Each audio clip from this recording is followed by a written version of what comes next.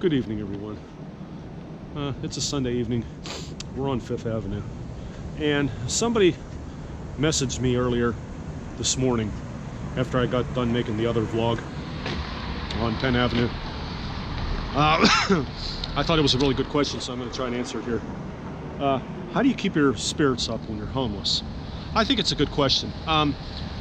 First of all, before I can answer that, like most things in life, I think it varies for the individual. I also think it has a lot to do with your state of mind before it happens.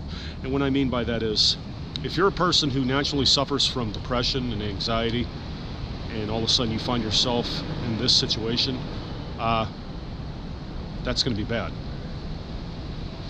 Your symptoms are going to go worse. If you're a person who has a healthy, balanced mind, spirit, and you're in good physical health, you may find it, well, what can I say, man? Look around. I mean, you're not going to like your situation, obviously. You're not going to like the accommodations, but you're going to be able to cope with it a lot better than a person who is not healthy mentally or physically. I think those are probably the two most important factors that are often underlooked, especially the latter. If you're not there physically, you're not going to be there mentally. It's only going to be a matter of time. The two have to work together. And if they don't, I think what has a tendency to happen is they both eventually break down. And out here, being homeless, when that happens to you, it can demoralize you. It can send you suicidal. It can send you to the hospital. It can send you to the morgue. I'm just being realistic about it. It could spell a lot of disaster for you. So the trick is, that I've learned so far, is you can't constantly be emphatic about your situation, because if you are, you're only going to dwell on it from a negative point of view. It's already bad enough as it is. And what I mean to say is, don't make a bad situation worse. So you have to focus on other things. You have to keep your mind occupied. Try finding a job in the meantime. Try making friends with certain people. Try going to places around here in the city that are free to the taking if you don't have any money. Try going to, if you have money, try going to some of the theaters, go to some of the shows. Go, suck on what the city offers, because the city offers a lot, even if you don't have a lot of money. So that's probably in your best interest to do that. If you sit around and constantly monitor your situation, it's going to just grow worse, because you're homeless. You know that it's dangerous being out here, and you're vulnerable, and a lot of bad things could happen to you. But if you keep focusing on that, it's just not going to be something that's going to help you. It's just not going to benefit your situation at all. And as a result, you're just going to sink deeper into your situation, and you're not going to see anything positive out of it. I have learned that walking these streets and talking to people and mingling with people and working on my writings and my vloggings and applying myself to different things has helped greatly. I mean, it certainly doesn't extinguish it. There's nothing that's going to extinguish your situation until it changes.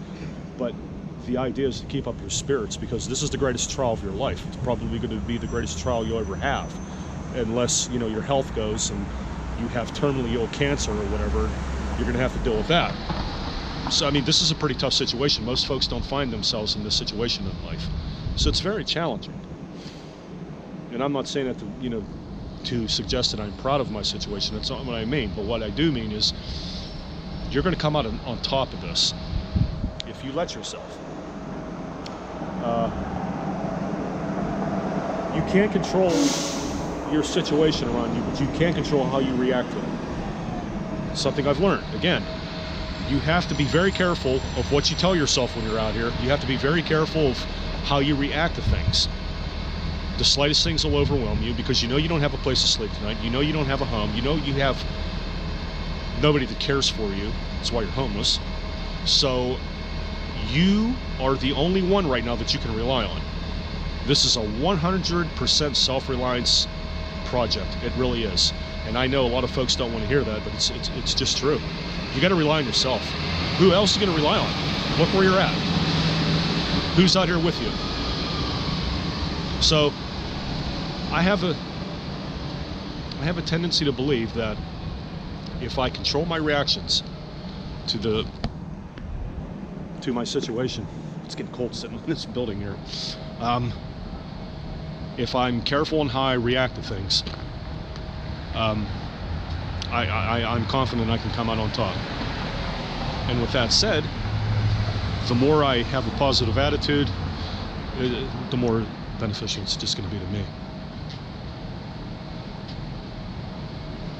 I mean, it's deadly out here. It's taken such a toll on me you wouldn't believe. And it's really only been a few days, but it seems like a lifetime already. It's so hard to react to this. It's so hard to find something positive in it. I'm not saying you have to find anything positive in it. I am saying, though, that you have to react to it in a way that's just going to keep your soul and your mind at peace. Because at the end of the day, it's just you.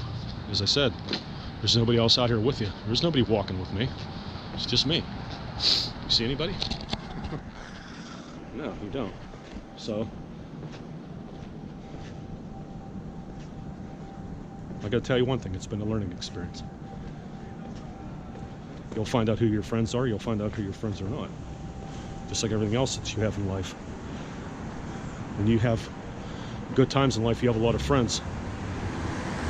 I love how people say, yeah, that guy there, he's my best friend, man. Comes to my house all the time, watching football with me. I'm like, you ever been in a tight spot with that guy? You ever have to walk homeless streets with him like I did? So, I mean, you'll find out. It's all good.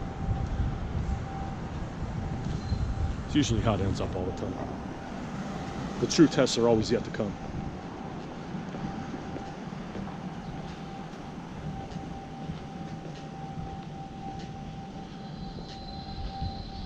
It's not as cold tonight as it was last night.